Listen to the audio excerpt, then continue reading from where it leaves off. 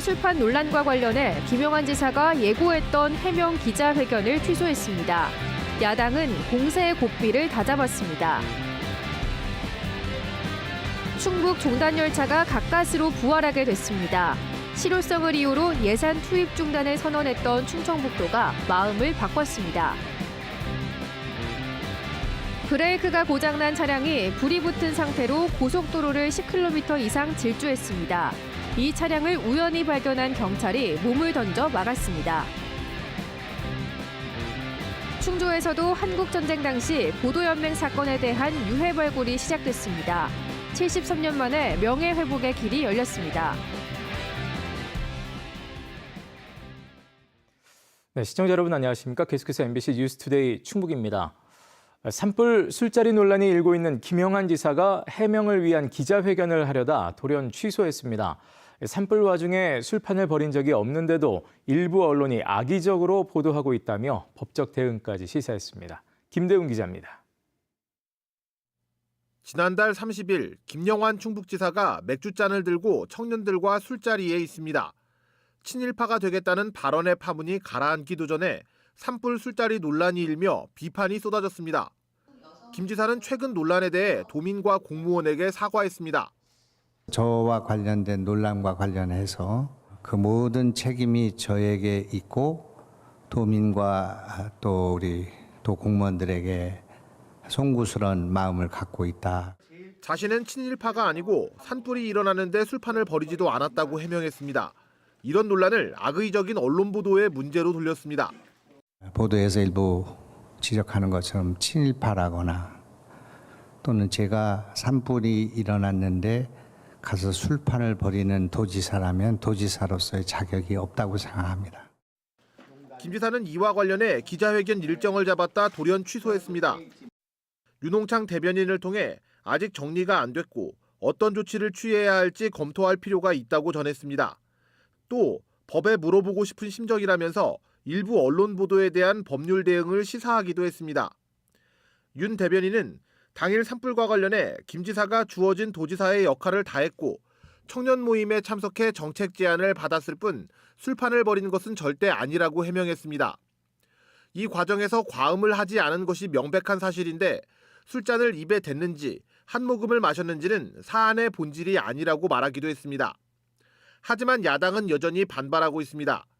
김 지사의 참모가 처음에는 술을 마시지 않고 물만 마셨다고 해명했고 그 다음에는 입만 댔다고 했다가 이제는 술판을 벌인 것은 아니라면서 말을 자꾸 바꾼다고 비판했습니다. 우리 공무원들이 집중할 수 없도록 하는 사람이 바로 김영환 지사예요. 충북을 대한민국의 중심에 세우겠다더니 지금은 그 자신이 대한민국 논란의 중심에 서 있는 것 같다는 생각이 들거든요. 박진희 도의원은 당시 술자리와 관련해 진실을 폭로하는 기자회견도 예고하고 있습니다. 이번 사태와 관련해 충청북도의 정무라인에 대한 대대적인 개편이 필요하다는 여론도 높아지고 있는데 충청북도는 김 지사가 이 같은 여론을 주시하고 있고 개편 여부는 정해진 것이 없다고 밝혔습니다. MBC 뉴스 김대웅입니다. 충청북도의 지원 중단으로 9년 만에 사라질 위기에 놓였던 충북 종단 열차가 계속 달릴 수 있게 됐습니다. 단양과 영동 주민들은 정부의 요구만 하지 말고 충북부터 균형 발전을 하라며 반발했고 결국 충청북도는 지원 예산을 다시 세웠습니다. 정재영 기자가 보도합니다. 충북의 끝과 끝인 단양과 영동을 직통으로 잇는 충북 종단 열차. 두 지역을 한 번에 오가는 대중교통이 없던 지난 2014년 5월 관광 활성화와 균형 발전을 위해 충북 요구로 만들어진 무궁화호 열차입니다. 당시 두 지역을 이동하려면 기차로 4시간 이상, 버스는 6시간 정도 걸렸지만 이후 3시간대로 단축됐습니다. 하루에 4차례 매일 운행하는 종단 열차. 다만 충청북도가 운영비 16억 원을 매년 코레일에 지원하는 걸 두고 이용객 수 대비 효율이 떨어진다는 지적이 끊이지 않았습니다. 이 열차를 공약했던 도지사가 떠난 뒤 신임 김영환 지사가 올해 예산에 운영비를 편성하지 않으면서 열차는 다음 달 1일부터 운행 종료될 예정이었습니다. 유일한 직통철도를 잃게 된 지역 주민들은 지방 소멸 극복은 말뿐이냐며 강하게 반발했고 두 지역 의회 역시 건의문을 통해 지속 운행을 촉구하기도 했습니다. 예산 심의권을 가진 충북도의회도 김 지사를 비판하며 지원 사격에 나섰습니다. 중앙정부를 향해서만 지역 균형 발전을 외치는 도지사가 아니라 도지사님을 뽑아준 도민을 향해서도 지역 균형 발전을 약속하는 도지사님이 되기를 바라고 있습니다. 고심하던 충청북도는 1회 추경 예산안을 통해 운영비 16억 원을 전액 되살리기로 결정했습니다. 코로나19로 급감했던 이용객이 늘기 시작했고 관광 수요 회복을 위해서라도 노선을 두고 추이를 지켜봐야 한다는 지역 요구가 받아들여진 겁니다. 시외버스 등 대중교통 운행이 감소된 상황에서 중단 열차까지 중단하게 될 경우에 도민의 불편이 예상되어 한시적으로 연장을 위한 예산을 세우기로 결정하였습니다. 극적으로 되살아난 종단 열차 예산은 19일부터 열리는 충북도의회를 통해 최종 확정되는데 의회가 먼저 요구한 만큼 반영될 가능성이 높습니다. 다만 충청북도가 한시 운행 연장이라는 표현을 쓰는 데다 일부 지역의 반대도 여전해 효율성 논란은 되풀이될 전망입니다. MBC 뉴스 정재영입니다. 충청북도가 올해 제1회 추가 경정 예산안에 3,431억 원을 편성해 도의회에 제출했습니다. 주요 사업으로는 지역사랑 상품권 발행 지원 266억 원, 여름 세계 대학 경기 대회 분담금 50억 원, 꿀벌 대책 관련 9억 원, 시외버스 운송 사업 재정 지원 16억 원 등입니다. 이에 따라 충청북도의 올해 총 예산 규모는 5.2% 증가한 7조 7억 원으로 늘었습니다.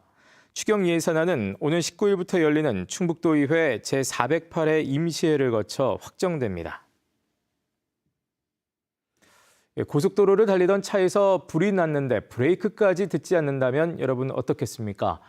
거기에 차량 속도까지 제멋대로 올라가던 상황, 경찰이 몸을 던져 막아 세웠습니다. 자칫 대형 사고로 이어질 뻔했습니다. 자세한 내용 이지현 기자가 보도합니다. 고속도로 2차로를 주행하던 승용차. 엔진 아래 앞바퀴 부분에서 불꽃이 일기 시작합니다. 설상가상 속도는 제멋대로 올라갑니다. 브레이크는 이미 먹통 상태가 됐습니다.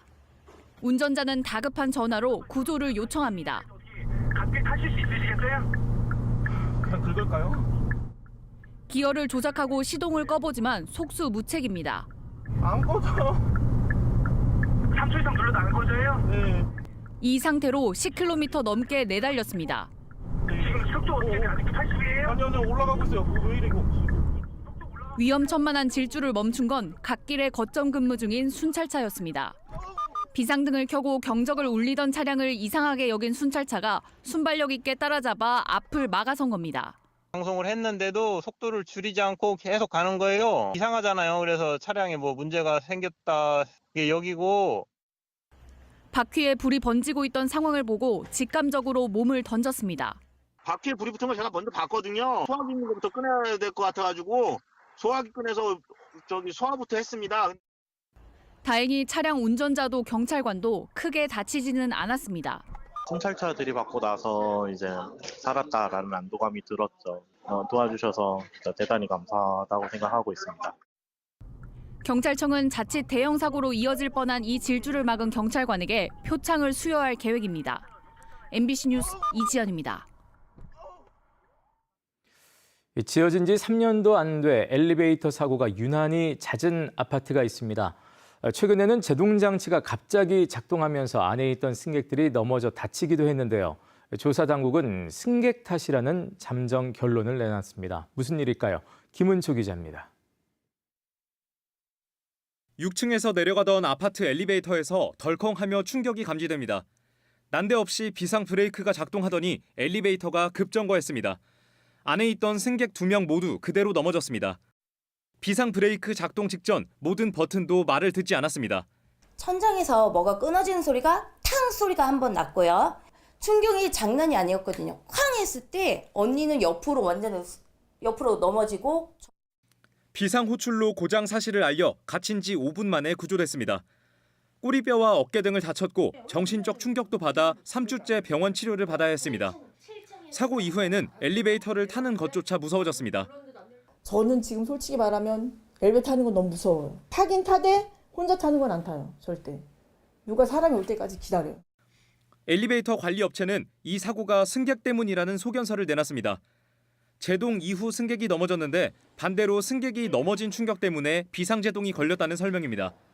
추가 조사 요청을 받은 한국승강기 안전공단도 업체와 같은 결론을 내놨습니다. 트라크 방지장치가 카에 붙어 있거든요. 충격을 주면 안전장치가 동작을 해요. 준공 3년도 안 된 이 아파트에서 엘리베이터 사고는 이번만이 아닙니다. 지난해에는 매달 30건 가까이 접수되기도 했습니다. MBC 뉴스 김초입니다. 강원도 강릉 산불이 대응 3단계로 격상되면서 충북에서도 소방력이 동원됐습니다. 충북소방본부는 강원도 산불로 올 들어 처음으로 대응 3단계가 발령되고 소방청 동원령 2호가 발령됨에 따라 한때 최대 인력 34명과 장비 17대를 급파해 진화를 도왔습니다. 대응 단계와 소방 동원령은 자체 소방력만으로 진화가 어려울 때 인근 시도의 지원을 위해 발령됩니다. 충북 시민사회 단체들은 어제 청주 상당공원에서 윤석열 대통령과 김영한 충북지사의 퇴진을 요구했습니다. 이들은 3.1절 기념사와 한일 정상회담을 보면 윤 대통령의 반미적, 매판, 매국의 국정기조를 읽을 수 있다면서 민족 정신과 민족사에 씻지 못할 오점을 남긴 검사 출신 법치주의자 윤석열 대통령은 즉각 퇴진하라고 요구했습니다. 더불어 친일파 발언과 산불 술판 논란을 부른 김영한 지사의 퇴진도 주장했습니다. 이번 시국선언에는 충북 지역 33개 시민사회단체가 참여했습니다. 전장은 항상 끔찍한 분노와 공포의 결과를 남깁니다. 특히나 이념 대립의 6.25 전쟁 때 역시 군인과 경찰에 의해 민간인도 희생을 당하기도 했습니다. 정부가 1950년 충주시 호암동에서 희생된 민간인들의 유해 발굴을 시작했는데요. 73년 만에 명예회복의 길도 열렸습니다. 이승준 기자입니다. 6.25 전쟁 이전인 1949년 조직된 국민보도연맹. 초기에는 좌익 전향자를 계몽하기 위한 관변단체였지만 이후 이념과 무관한 민간인과 본인도 모르는 사이 가입된 사람도 있었습니다. 비극은 전쟁이 일어나며 시작됐습니다. 전국적으로 보도연맹에 가입된 수만 명이 경찰과 군인에게 끌려갔고 1950년 6월부터 9월 사이에 죽었습니다. 비극적인 역사는 충북도 예외가 아니었습니다. 이곳 충주시 호암동 쌀이골에서도 육사단 7연대 헌병에 의해 50여 명이 사살됐습니다. 전쟁 시작 이후 한 달도 안 된 1950년 7월 3일부터 5일 사이 충주경찰서에 소집됐거나 잡혀갔던 이들이었습니다. 전부 다 농사 짓는 사람인데, 근데 그 지서에서 해오라고, 그래서 경찰인들이 나와가지고 해가라고 이제, 이래고 해서 회의를 가고 이제 갔는데. 다음 날 들으니까 바로 이 쌀이고개 여기서 군인들이 와가지고 그렇게 총살을 했는데 엄청나게 많은 사람이 왔다. 그냥 이렇게만 들었어요. 정부는 이들에 대한 명예회복이 필요하다고 판단했습니다. 목격자 인터뷰와 한국전쟁 관련 문헌, 당시 언론 자료 등을 조사한 결과입니다. 네, 08년부터 09년까지 1기 진화위에서 조사 과정을 거쳐서 약 30분 정도 희생자를 진실 규명을 했어요. 근데 그 대부분 그분들이 다 20, 30대 농민들이었다고 이렇게 제보나 증언이 들어왔었습니다. 유해 발굴은 건국대 실습농장 한 두 지점에서 진행됩니다. 한 곳은 충주시가, 다른 한 곳은 진실화훼위원회가 맡아 다음 달까지 작업을 마칠 계획입니다. 그 살미면 지역에서 가장 커다란 희생이 발생했다는 것을 알 수 있고 이 부분에 관해서는 5월 중으로 그 진상규명 결과 보고서가 발표될 계획에 있습니다. 지난 2006년부터 2010년까지 1기 진실화훼위는 충북에서 1,100여 건이 넘는 진실규명을 결정했습니다. 청주와 청원, 음성, 보은, 옥천, 영동 등 도내 대부분의 지역에서 민간인 희생이 있었던 것으로 조사됐습니다. 현재 2기 진실화훼위원회는 충북에서 745건을 접수해 조사 중입니다. MBC 뉴스 이승준입니다. 충북형 출산 육아수당이 이르면 다음 달부터 지급됩니다. 충청북도는 다음 달 1일부터 올해 1월 1일 이후 출생한 아동의 거주지 읍면동 사무소에서 지급 신청을 받는다고 밝혔습니다. 지급 대상은 출생일 기준 부 또는 모의 도내 거주 기간이 6개월을 넘은 출생아로 6개월 미만이면 기간이 넘어야 신청할 수 있습니다. 또 타 지역에서 태어나 전입한 경우는 출생 첫 해 지급되는 300만 원은 받을 수 없고 이듬해부터 해마다 나누어 지급되는 수당은 전입한 달부터 월할 계산에 받게 됩니다. 출산 육아수당은 한 아이당 1,000만 원으로 올해 출생아는 0세부터 5년 동안, 내년 출생아부터는 1세부터 6세까지 6년 동안 나누어 지급됩니다. 청주 지역 대형마트 평일 휴업 여부가 사실상 오늘 결정됩니다. 청주시는 유통업 상생발전협의회를 비공개로 열고 현재 일요일인 대형마트 의무 휴업일을 둘째, 넷째 수요일로 변경하는 방안을 최종 논의합니다. 민주노총 마트산업노조와 참여자치연대가 반대 의견서를 제출한 반면 청주시 온라인 여론 수렴 플랫폼 청주시선에서는 전체 참여자 4,900여 명 가운데 66.7%가 의무 휴업일 변경에 찬성했습니다.